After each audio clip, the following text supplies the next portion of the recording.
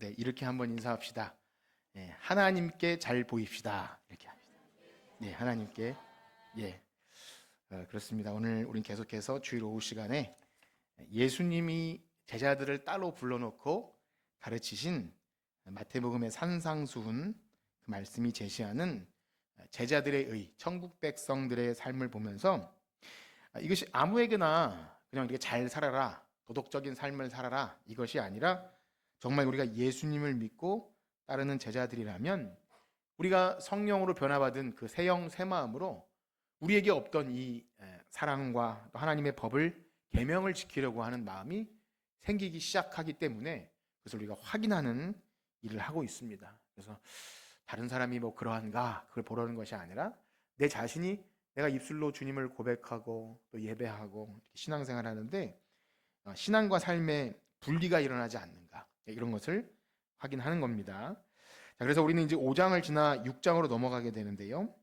이 5장의 뒷부분이 우리가 길게 살펴본 내용이 바로 바리새인과 서기관보다 더 나은 의 제자들이라면 그들보다는 나아야 한다. 그런 어떤 비교급의 차이가 아니라 바리새인과 서기관들이 성경을 잘못 보고 잘못 해석한 그런 의가 아니라 진짜 하나님이 말씀하신 그 의를 행하라는 차원이라면 이제 6장으로 넘어가게 되면 어쨌든 그 행위조차 이제 오늘은 위선의 문제입니다. 그 앞의 내용이 율법의 바른 해석이라면 그것을 바로 행할 때조차 위선적으로 하면 안 된다. 그런 내용입니다. 그래서 아까 인사한 것처럼 정말 하나님 앞에서 진실하게 행해야 한다는 거죠. 어떻게 보면 참 어려운 일 수밖에 없습니다.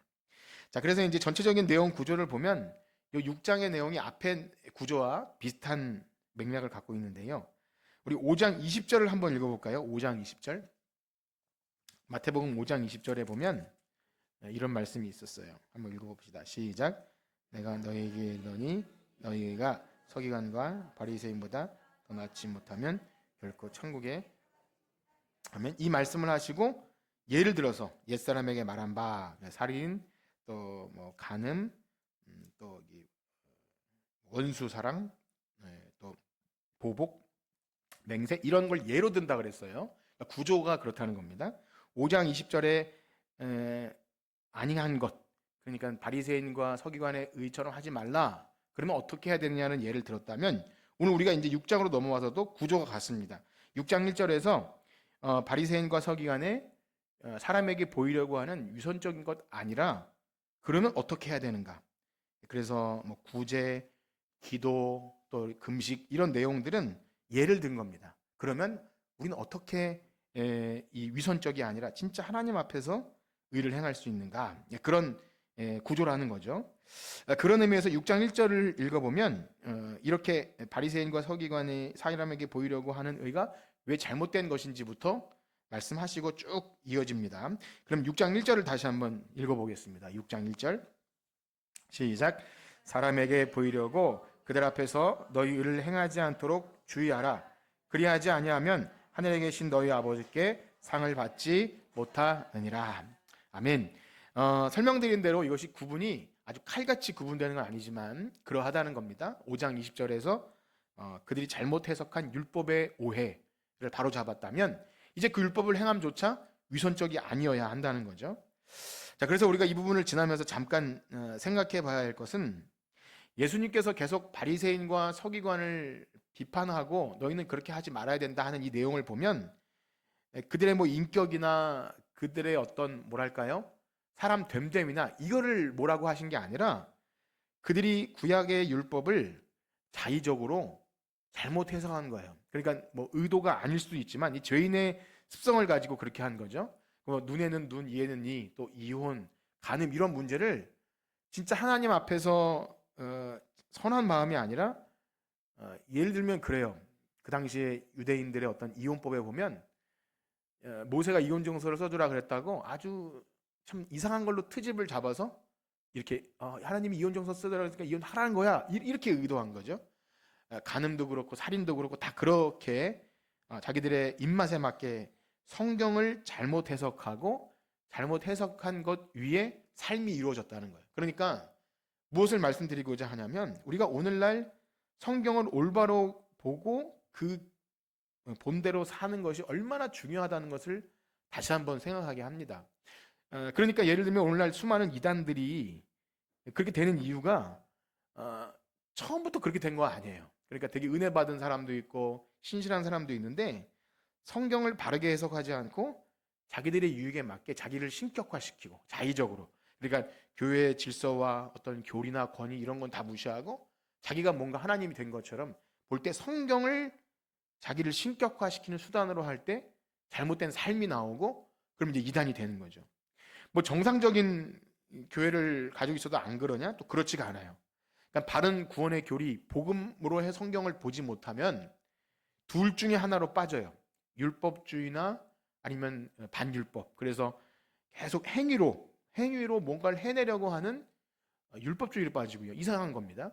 반대로 우리는 은혜로 구원받았으니까 이제 뭐 아무것도 할 필요 없어. 이렇게 방종으로 빠지게 된다는 거예요. 이것은 늘 있어온 게 교회 역사 속에서 늘 있어온 얘기예요. 그래서 우리가 복음 또 개혁 이런 것은 뭔가 우리가 막 뒤집어 엎자 이게 아니라 늘 성경으로 돌아가는 겁니다.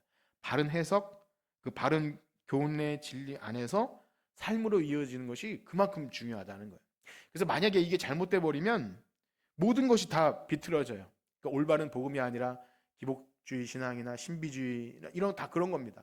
다 열심히 없어서 그런 게 아니에요. 뭔가 열심히 믿어보려고 하는 거예요.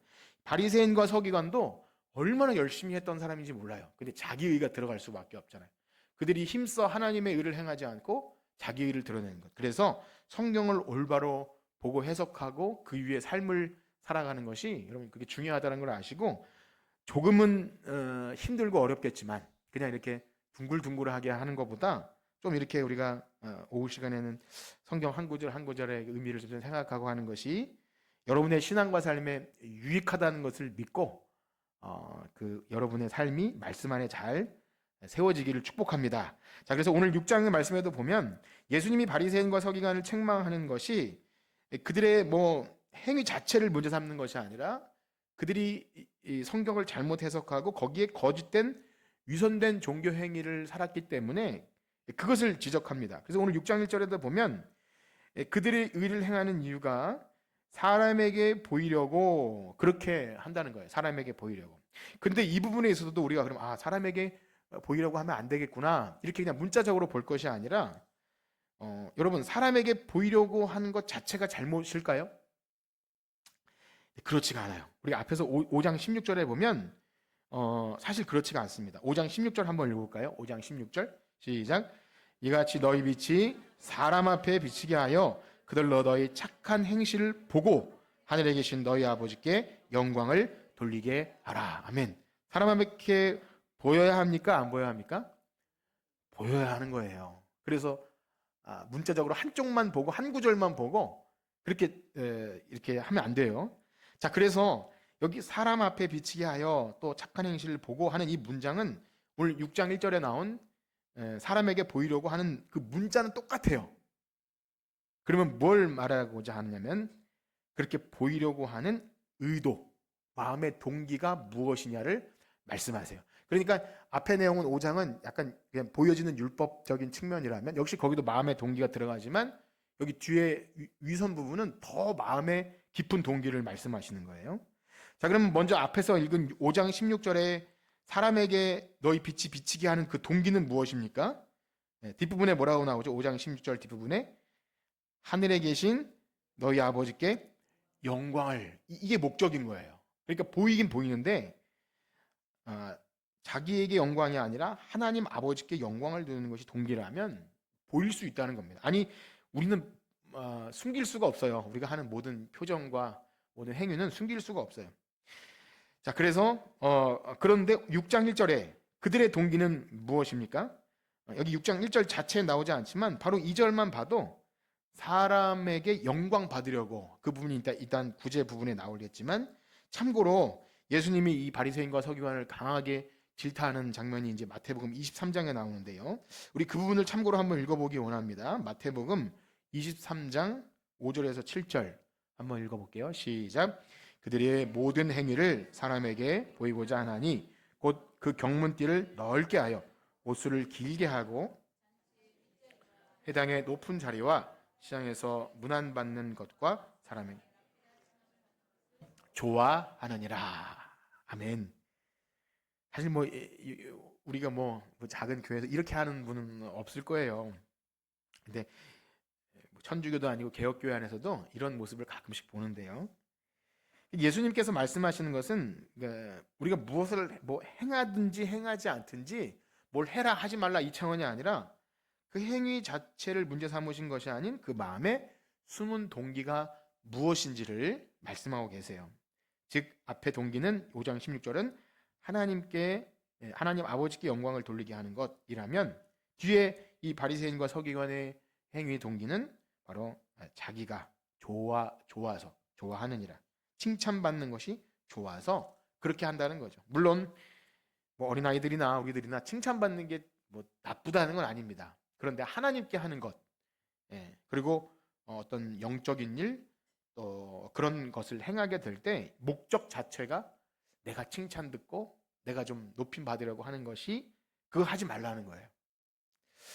그렇습니다. 대표적으로 이스라엘 왕 초대왕 사울이 좀 그러했는데요.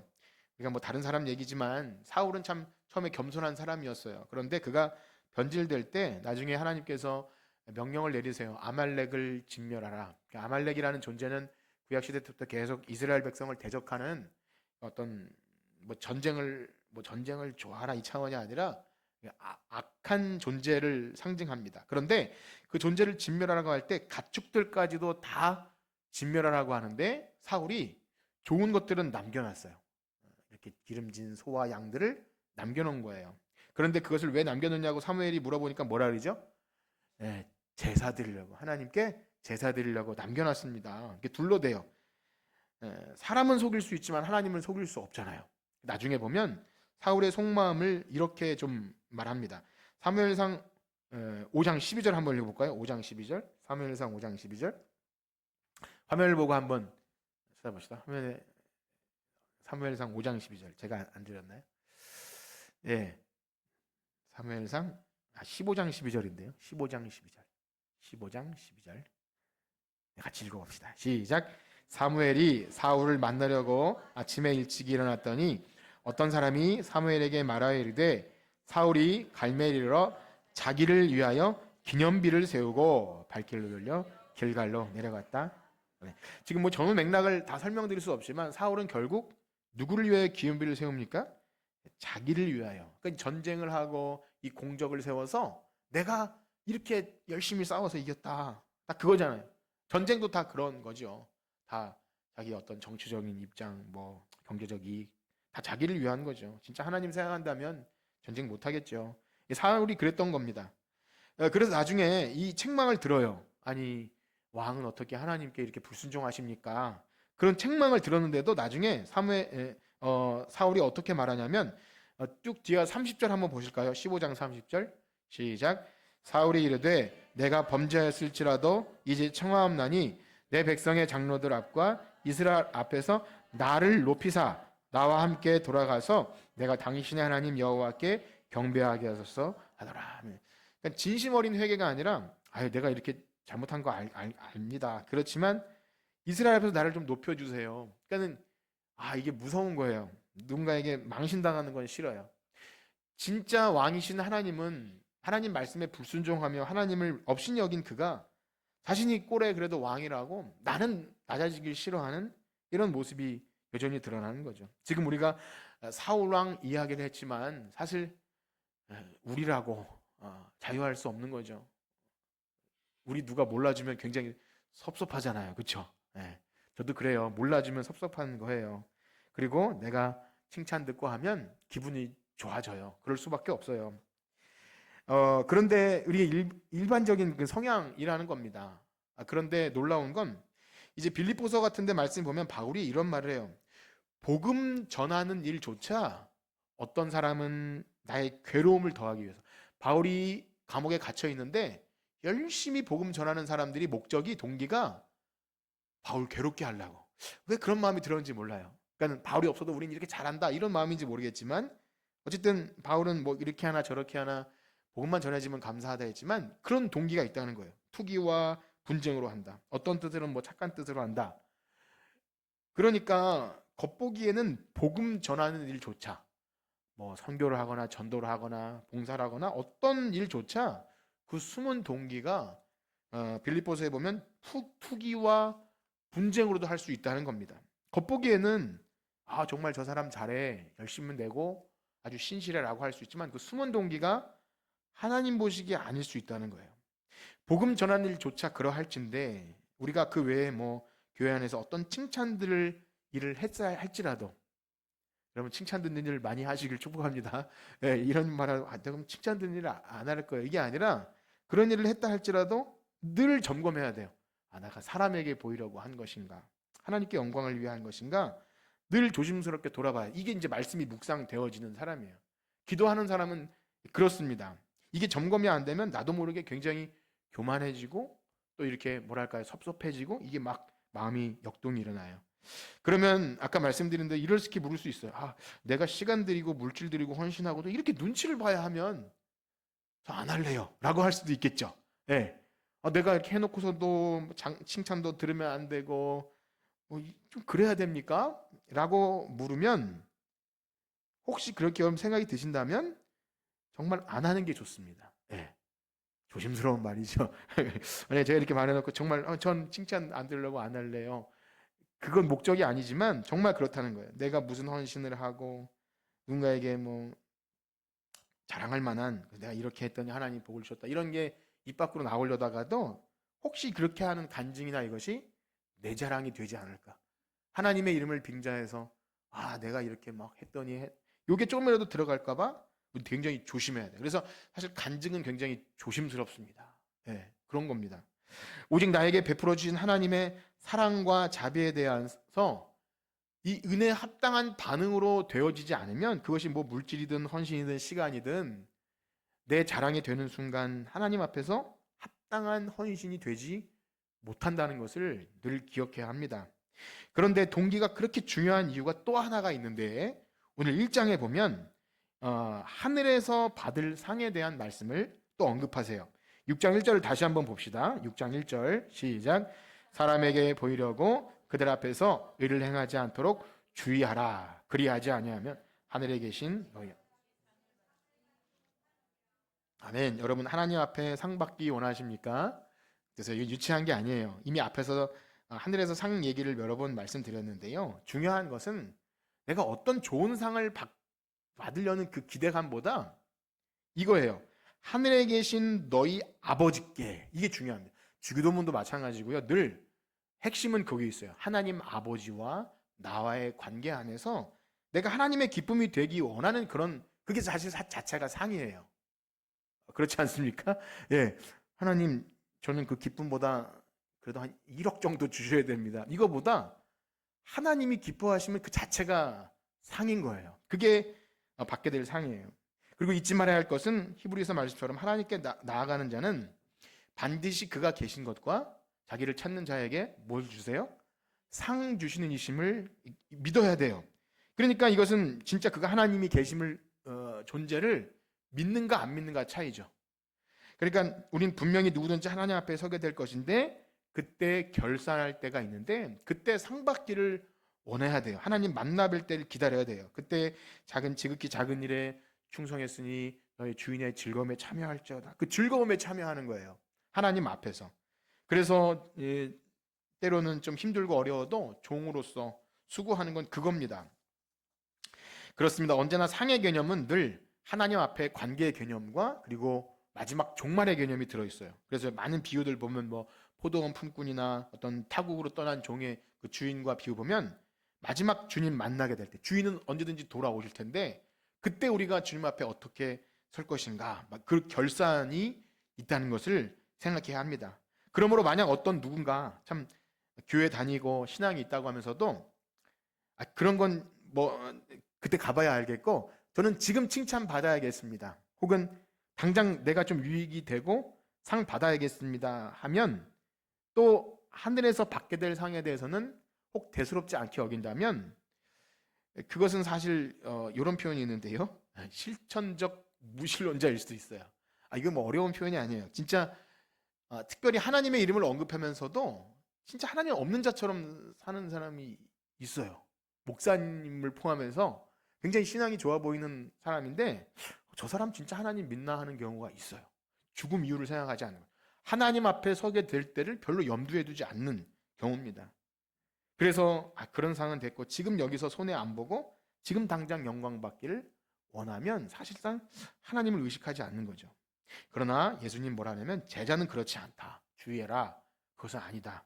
오직 주님께 주실 상을 바라고 하나님이 기뻐하실 그것, 그렇게 되기를 축복합니다.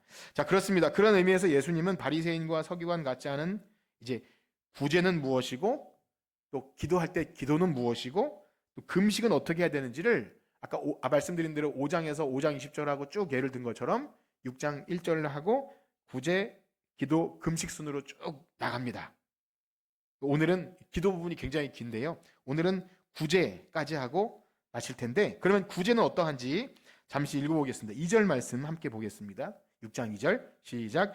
그러므로 구제할 때 외식하는 자가 사람에게서 영광을 받으려고 회당과 거리에서 하는 것 같이 너희 앞에 나팔을 불지 말게. 위실로 너희에게 이르노니 그들은 자기 상을 이미 받았느니라. 아멘. 이 외식하는 자가 뭐죠? 외식? 어릴 때 이제 외식하면 우리 집은 별로 외식을 안 해서 외식이 그렇게 안 좋은 거라서 안 했나? 이런 생각을 했는데요. 이 외식은 위선이라는 말이죠. 위선. 이렇게 가면을 쓰고 행동하는 그런 겁니다. 먼저 구제할 때 하지 말아야 할 것은 외식하는 자, 위선하는 서기관과 바리새인들이 사람에게 영광을 받으려고 회당과 거리에서 하는 것 같이 그렇게 나팔을 불지 말라 그래요. 여러분 나팔은 뭐 이렇게 해석하지 않아도 뭔지 대충 알겠죠. 나팔을 부는 거예요. 내가 이렇게 했다 하고 동네 거리에 서서 떠벌리는 것. 네, 그렇습니다. 어찌 보면 이들은 오늘날 아까 말씀드린 대로 실천적 무신론자인 거예요. 하나님의 이름은 언급하지만 실제 삶은 하나님을 의식하지 않아요. 사람에게 보이려고 하는 거예요. 물론 이렇게 생각할 수도 있습니다. 아니 그래도 아예 구제도 안 하고 선을 행하지 않는 악한 사람들도 있는데 그나마 남들에게 보이려고라도 이렇게 하는 게 더 낫지 않겠습니까? 라고 물을 수 있어요. 어떨까요, 여러분? 뭐 믿지 않는 사람이면 그럴 수도 있을 수 있어요. 그래서 기부왕이 되고 또 내가 이렇게 남을 도왔다. 뭐 자랑하려고 한 건 아니지만 사람은 기본적으로 또 그런 보람을 느껴요. 그게 뭐 악하다 이 차원이 아니라 좋은 일을 해서 칭찬받으면 그래도 되게 보람을 느끼는 게 사람입니다. 그럼에도 불구하고 우리가 그런 뭐 좋은 일도 아예 하지 않는 사람도 있는데 그렇게 비교할 필요가 없는 거죠. 즉 우리도 하나님의 자녀잖아요. 하나님의 자녀인데 그래도 저렇게 좋은 일 안 하는 사람보다 보이려고 하는 거라도 좀 인정해 주는 게 낫지 않습니까? 그렇게 하향 평준화 시킬 필요가 없다는 거예요. 제자라면. 그렇습니다. 정말 교회 안에는 그런 사람이 있을 수 있을 거예요. 거듭남도 모르고 정말 예수님 사랑하는 것 그런 거 없이도 교회가 좋은 일 하니까 나도 동참하고 싶고 기부도 하고 싶고 그럴 수 있어요.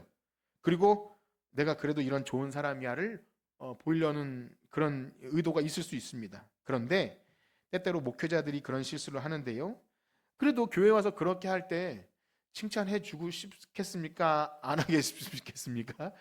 네, 칭찬해 주고 싶어요. 그럴 수밖에 없어요. 그래도 세상에서 어떤 상관없는 사람이 아니라 교회와 관련돼서 그렇게 좋은 일을 하는데 그게 뭐 헌금이나 혹은 교회 어떤 필요를 채울 때 얼마나 감사해요.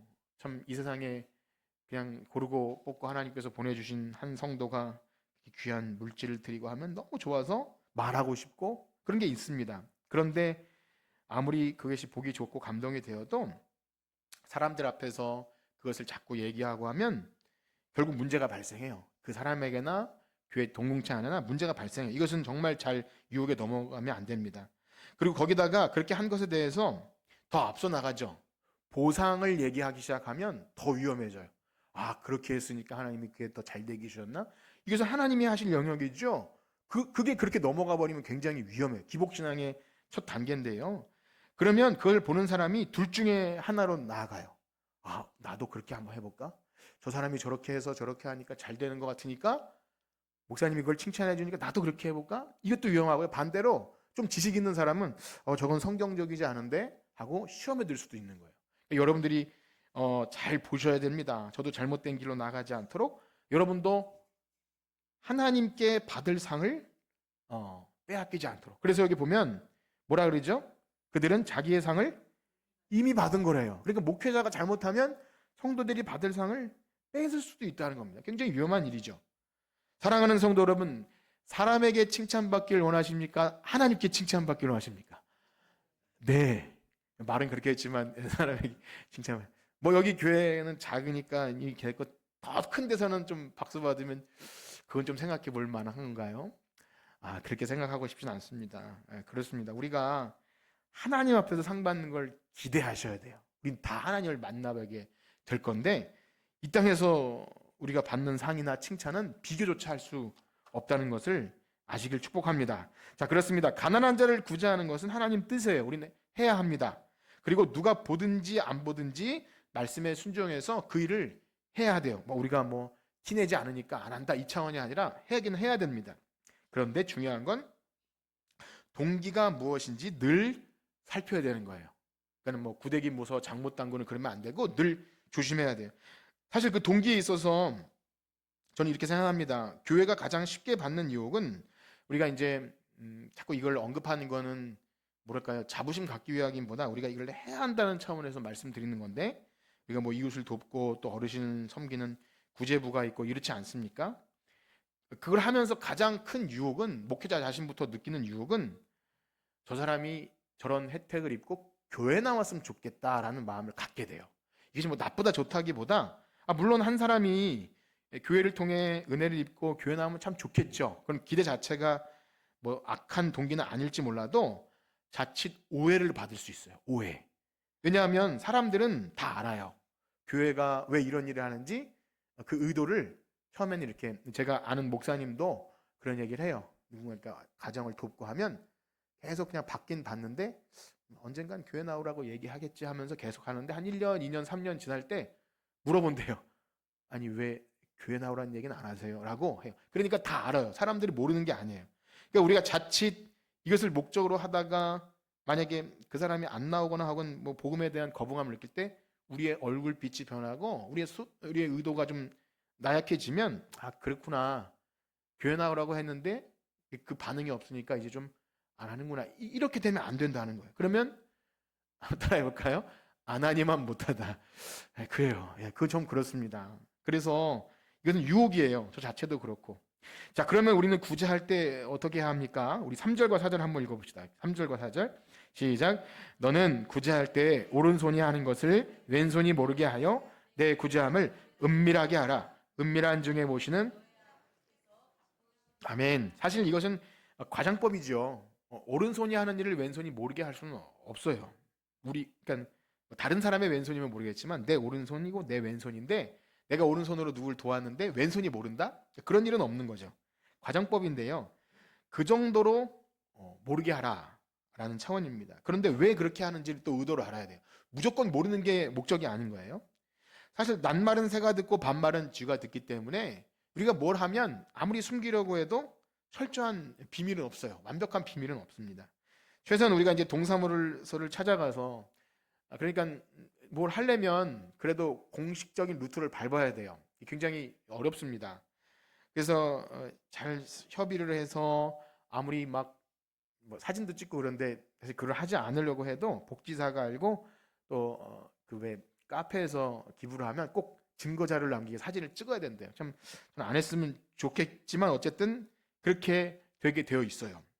물론 그러면 우리 무기명으로 하면 되지 않겠냐? 왜 얼굴 없는 천사처럼 몰래 갖다 놓고 그런 방법도 있겠죠. 근데 저는 그런 생각이 듭니다. 귀한 헌금으로 누군가에게 물질이 갈 때 최소한 이게 교회에서 온 거는 그 사람이 알면 좋겠다. 이 차원인 거예요. 그러니까 그 사람을 찾아가거나 귀찮게 하지는 않지만 일단은 교회가 하나님께 받은 사랑을 이웃과 나누는 것은 아시고 받으셨으면 좋겠습니다. 여기까지만 해요. 자, 그렇다면 예수님께서 은밀한 구제를 하라고 하신 근본적 이유는 무엇입니까? 이게 더 중요한데요. 역시 앞에서 나온 것처럼 은밀한 중에 보시는 하나님을 의식하는 거예요. 그러니까 사람을 의식하고 안 하고 차원이 아니라 은밀한 중에 보시는 하나님을 의식해서 하라는 말이에요. 그러니까 이 차이를 잘 구분하셔야 됩니다.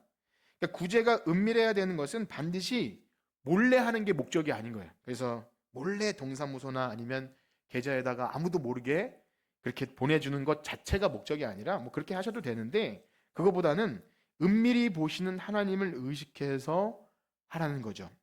즉 구제의 동기에 대해서 하나님을 의식한다는 것은 결국 사람은 숨은 동기를 다 알 수 없지만 하나님은 아시는데, 우리의 선행이 사람에게 인정받는 것이 아니라 하나님 보시기에 내가 하나님 자녀이고 하나님께 그게 큰 사랑을 받은 자인데, 햇빛과 비를 의인과 악인에게 골고루 주시는 그 선하신 하나님을 우리가 믿고 그분을 닮아가기 원할 때 이렇게 하면 하나님이 좋아하시겠다, 이런 거죠. 그럼 어떠세요? 그렇게 한번 해보신 적 있으신가요? 우리가 아까 부른 노래처럼 나 주님의 기쁨 되기 원하네, 내가 원하는 한 가지 주님의 기쁨 되기 원하네 할 때, 그런 일을 할 때 하나님이 좋아하시겠다. 한번 따라해 봅시다. 하나님이 좋아하시겠다.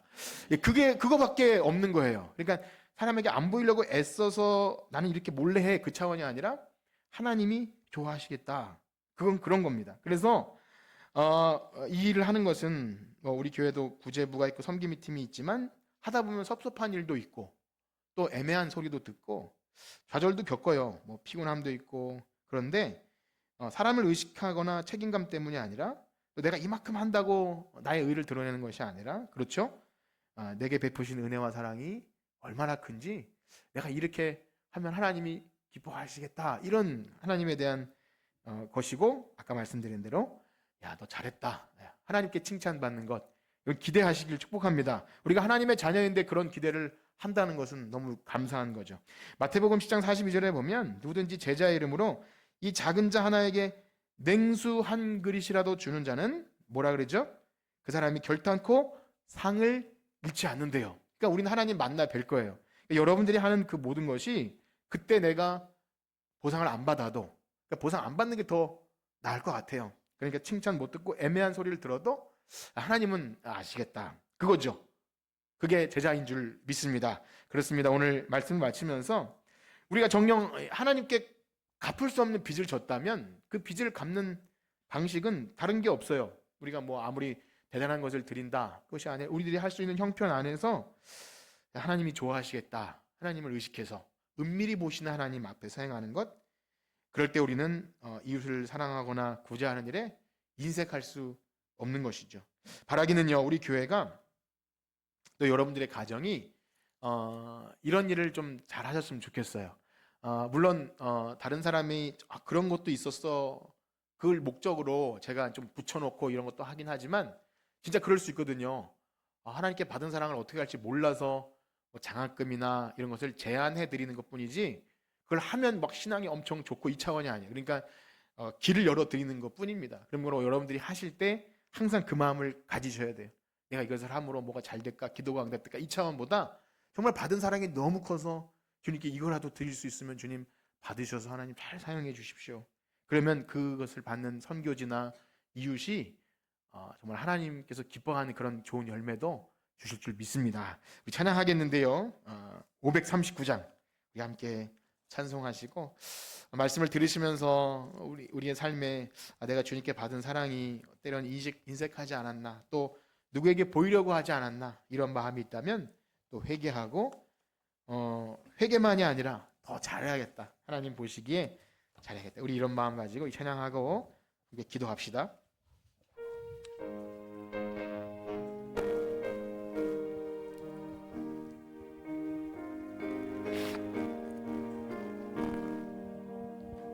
너 예수께 조용히 나가 내 모든 짐 내려놓고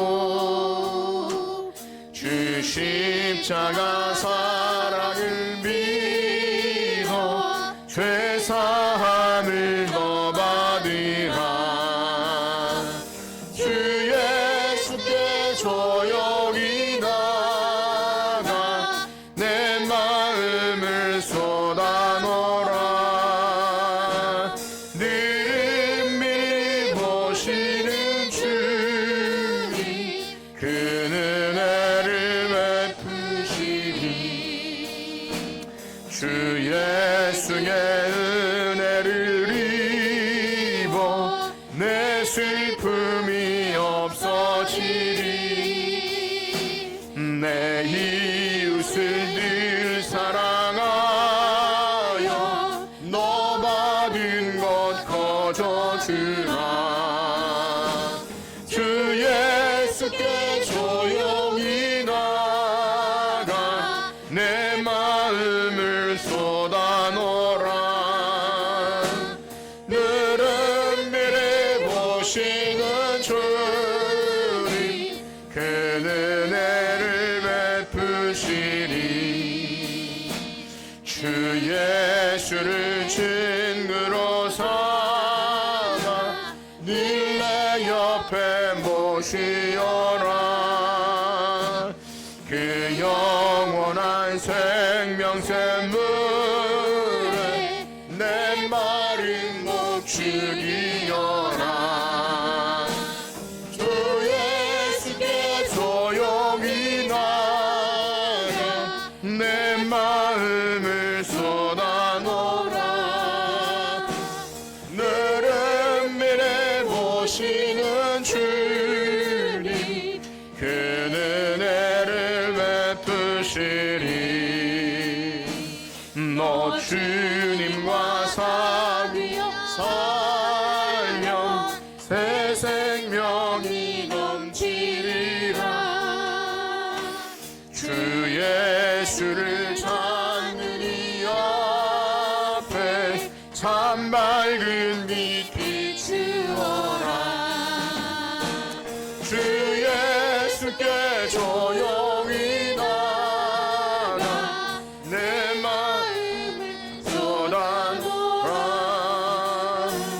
늘 은밀히 보시는 주님 그 은혜를 베푸시리. 아멘. 우리 들으신 말씀 가지고 기도할 때 우리가 혹 사람에게 보이려고 하진 않았는가, 또 칭찬 듣지 못해 섭섭하진 않았는가, 우리 자신을 돌아볼 때 은밀히 보시는 주님께 상 받기를 바라고, 우리가 부른 노래처럼 당신의 그 섬김이 천국에서 해같이 우리는 주님을 다 만나 뵈게 될 텐데, 우리가 이 땅에서 상을 다 받아버리면 상이 없다고 합니다. 우리 주님 만나 뵐 것을 기대하면서 내가 수고와 헌신이 있다 할지라도 또 그에 대한 합당한 보상이나 칭찬이 없어도 서운해하거나 낙심하는 것이 아니라 늘 은밀히 보시는 주님 기억하며 우리의 삶에 받은 사랑을 잘 나눌 수 있는 그런 섬김과 구제가 있게 하여 주시옵소서. 다 같이 기도하겠습니다. 하나님 아버지 감사합니다. 이제 우리 한 주 동안 살아가는 동안 많은 사람들을 만나고 또 대하면서 살 텐데, 우리가 주님께 사랑받은 그 사랑이 사람들에게 잘 나눠지기를 소원합니다. 우리는 이미 많은 것을 얻었고 영원한 생명과 구원과 영생을 얻은 자로서 더 많이 가지지 않아도 우리는 예수로 충분합니다. 그러기에 아직 목마른 사람들, 부족한 사람들, 예수가 필요한 사람들, 그 은혜의 사랑을 모르는 사람들에게 우리의 사랑을 조금이라도 더 나눠줄 수 있다면 이 얼마나 영광스럽고 복된 일입니까? 삼위 하나님의 영광에 우리가 동참하여 그 은혜의 영광에 사용된다면 우리는 가문의 영광이요 이루 말할 수 없는 기쁨과 감사입니다. 하나님, 사랑하는 성도들이 한 주간 살아가는 동안도 각자의 자리에서 그 사랑을 흘려보내는 자가 되게 하시고, 조금이라도 사람에게 보이려고 하는 것이 아니라 정말 하나님께 칭찬받기 위해 은밀히 보시는 주님 앞에 조용히 나가 예배하며 또 기억할 수 있는, 구제하며 봉사하며 우리의 삶을 드릴 수 있는 주의 종들 되게 하여 주시옵소서. 하나님, 그렇게 하는 것이 쉽지 않습니다. 우리는 칭찬 듣고 싶고 보상을 얻고 싶습니다. 그러나 그렇게 하면 너희 상을 이미 다 받았다고 말씀하실 때 우리는 하늘의 상을 기대합니다. 주님께서 우리를 바라보시고 기뻐하시는 모습을 상상하며 주님 만나 뵐 때를 기억합니다. 주님, 이 땅에서 다 받지 못해도, 칭찬 듣지 못해도 주님께서 우리를 바라보시며 기뻐하신 것을 기억할 때 주님께서 영광 받아주시고 우리의 삶을 넉넉하게 붙들어 주셔서 우리가 받은 사랑을 충분히 나눠도 부족함이 없도록 우리 한 사람 한 사람 지키시고 보호하시며 은혜로 날마다 인도하여 주시옵소서. 감사합니다. 주님만 영광 받아 주시옵소서. 아멘.